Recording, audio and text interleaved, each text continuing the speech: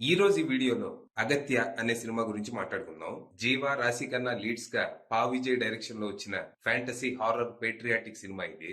ఈ cinema story ఏంటి, దీని మీద నా ఒపీనియన్ ఏంటి అనేది ఇప్పుడు తెలుసుకుందాం కదా. ముందుగా ఈ సినిమా స్టోరీ ఏంటంటే, ఈ సినిమాలో మన హీరో అగత్య ఫిలిం ఇండస్ట్రీలో ఆర్ట్ డైరెక్టర్ అవ్వాలని ప్రయత్నిస్తూ ఉంటాడు.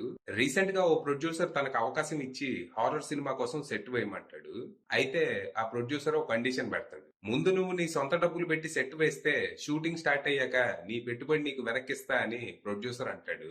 ఇక మనోడు సర్లే పెద్ద సినిమా అవకాశం వర్కౌట్ అయితే కెరియర్ సెట్ అయిపోద్దని ఒక పాడుపడ్డ బంగ్లా రెంట్కి తీసుకొని 30 లక్షలు ఖర్చు పెట్టి దాన్ని షూటింగ్ కి రెడీ చేస్తాడు. తీరా గంటలో షూటింగ్ అనగా ప్రొడ్యూసర్ సినిమాని క్యాన్సిల్ చేసేసి వెళ్ళిపోతాడు. దాంతో మన హీరో నా పరిస్థితి ఏంటని అడిగితే ఆ ప్రొడ్యూసర్ నాకేం సంబంధం లేదు, నీ సావు నువ్వు చావంటాడు. ఇలా మనోడు ఏం చేయాలో తెలియక దిక్కుతోచని పరిస్థితుల్లో ఉండగా తన గర్ల్ ఫ్రెండ్ ఆ సినిమా సెట్ ని హాంటెడ్ హౌస్ గా మార్చి టూరిస్ట్ అట్రాక్షన్ చేయమని ఐడియా ఇస్తుంది.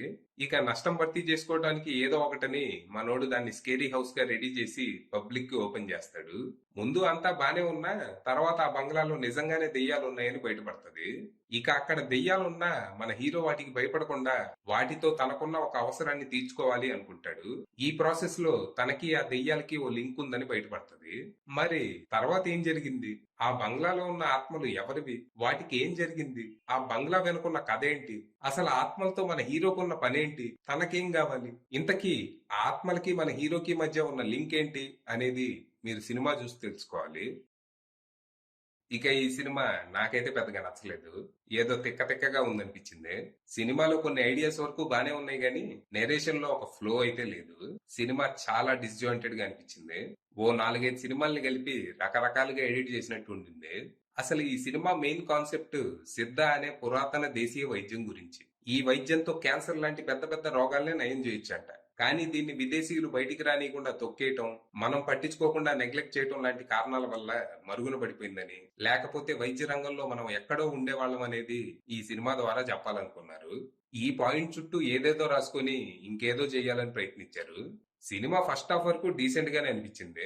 కథలో లాజిక్ లేకపోయినా కొన్ని హారర్ సీన్స్, కామెడీ సీన్స్ బానే ఉండటంతో ఫస్ట్ హాఫ్ ఓకే అనిపించింది. ఇక సెకండ్ హాఫ్ అంతా మోస్ట్లీ ఫ్లాష్ బ్యాకే ఉంటది. ఈ ఫ్లాష్ బ్యాక్ ఫస్ట్ హాఫ్ లో స్టార్ట్ అయ్యి ప్రీ క్లైమాక్స్ వరకు సాగుతూనే ఉంటది. ఈ ఫ్లాష్ బ్యాక్ లో పనికొచ్చేదానికంటే పనికి మాలిన సోదే ఎక్కువ ఉంటది. సిద్ధ వైద్యం అనే ఒక్క దాని మీద కాన్సన్ట్రేట్ చేయకుండా ఓ లవ్ స్టోరీ, దేశభక్తి, నమ్మక ద్రోహం అంటూ ఏదేదో చేశారు.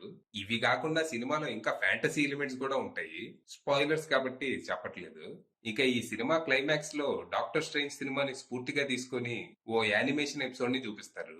అది స్క్రీన్ మీద చూడటానికి బానే ఉన్నా ఇదేం క్రియేటివ్ చాయిస్ రా బాబు అనిపించకైతే మానదు.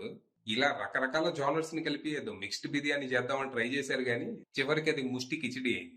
ఓవరాల్ గా సినిమాలో ఉన్న పాజిటివ్స్ విషయానికి వస్తే కొన్ని horror scenes, background score, art department పనితనం, ప్రొడక్షన్ వాల్యూస్ అండ్ విఎఫ్ఎక్స్. ఇక నెగటివ్స్ విషయానికి వస్తే story, screen play, performances, songs and direction. Final గా చెప్పేది ఏంటంటే ఆల్ మూవీస్ ఆర్ సబ్జెక్టివ్. ఈ సినిమా నాకు నచ్చలేదని మీకు నచ్చకూడదని ఏమీ లేదు. పర్సనల్ గా నేనైతే రికమెండ్ చేయను. అది విషయం.